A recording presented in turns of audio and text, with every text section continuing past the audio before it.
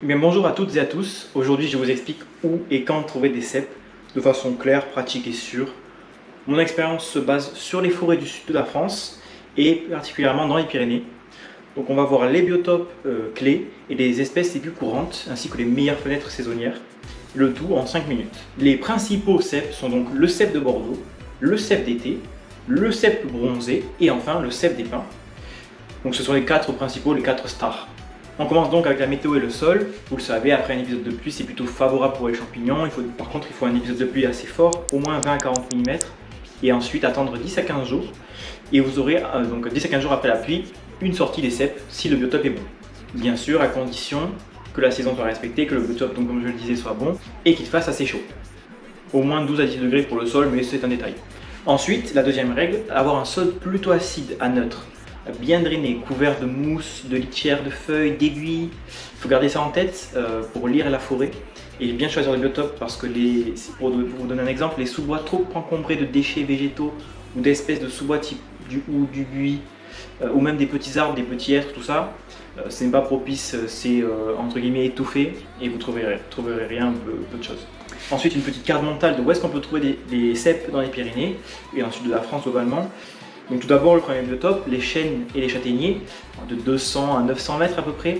Donc sous les chênes pubescents, les chênes verts, les chênes pédonculés, les châtaigniers, vous trouverez plutôt dans des pentes légères à sol brun acide, avec des tapis de feuilles, des zones de mousse. Dans ces zones-là, vous pouvez trouver des cèpes bronzés, mais aussi des cèpes d'été. Donc le cèpe bronzé, vous le reconnaissez parce qu'il a une couleur cuir brun foncé avec une chair ferme. Et le cèpe d'été, lui, a plutôt un chapeau couleur noisette, assez clair donc, avec réticulé clair sur le pied. Et donc ces deux ont des fenêtres saisonnières à peu près similaires. Vous avez pour le cèpe bronzé de fin juin à septembre, avec un pic en juillet-août. Après donc les orages d'été, hein, c'est hyper propice. Et pour le cèpe d'été, c'est à peu près pareil, un petit peu plus précoce. On peut le trouver à partir du mois de mai jusqu'à août environ. Et encore une fois, après les orages d'été, c'est le temps. Et où est-ce qu'on le trouve? Comme je vous disais, les lisières d'anciennes châtaigneraies, de chérières ensoleillées, mais qui restent tout de même fraîches. Et donc pour l'exposition, puisqu'il faut que ça reste frais, plutôt le nord-nord-ouest pour garder l'humidité et éviter les adrets brûlants. Et donc le deuxième biotope, les hêtraies, les sapinières, entre environ 700 à 1500 mètres. Au-delà, après, ça commence à faire haut.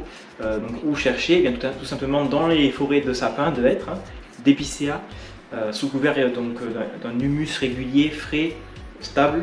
Vous pouvez y trouver donc des cèpes de Bordeaux, des cèpes d'été, des cèpes de pin et des cèpes bronzés. Les 4 se retrouvent, mais pas au même moment.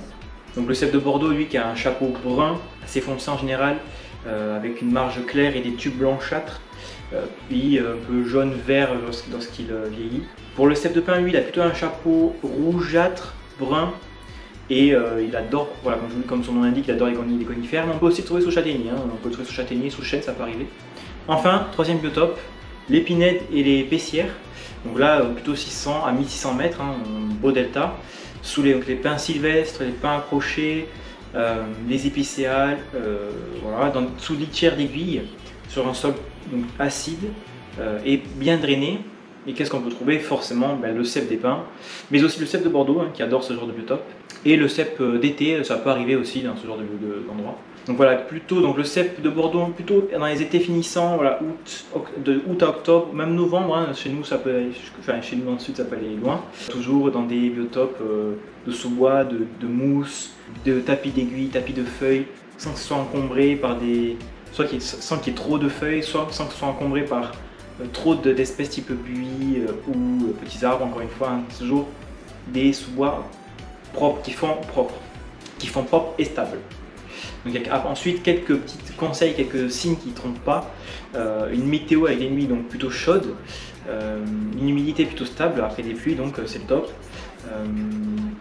Des indices végétaux type des mousses, des amanites tumouches qui partagent les mêmes biotopes que les cèpes, ou encore des faunes actives type des limaces qui sortent régulièrement.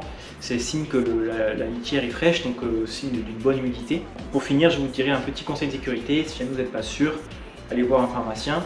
En tout cas, si vous êtes débutant, ne vous amusez pas à ramasser tout ce qui bleuit globalement, tous les volets qui bleuissent. rester sur des bolets qui ne bleuissent pas. Le seul qui a réellement un vrai intérêt, c'est le bolet à pied rouge, mais la confusion avec d'autres cèpes ou bolets toxiques ça peut vite se faire, donc évitez. Voilà. Ce sera tout pour aujourd'hui. Merci de m'avoir regardé et à bientôt pour une prochaine vidéo.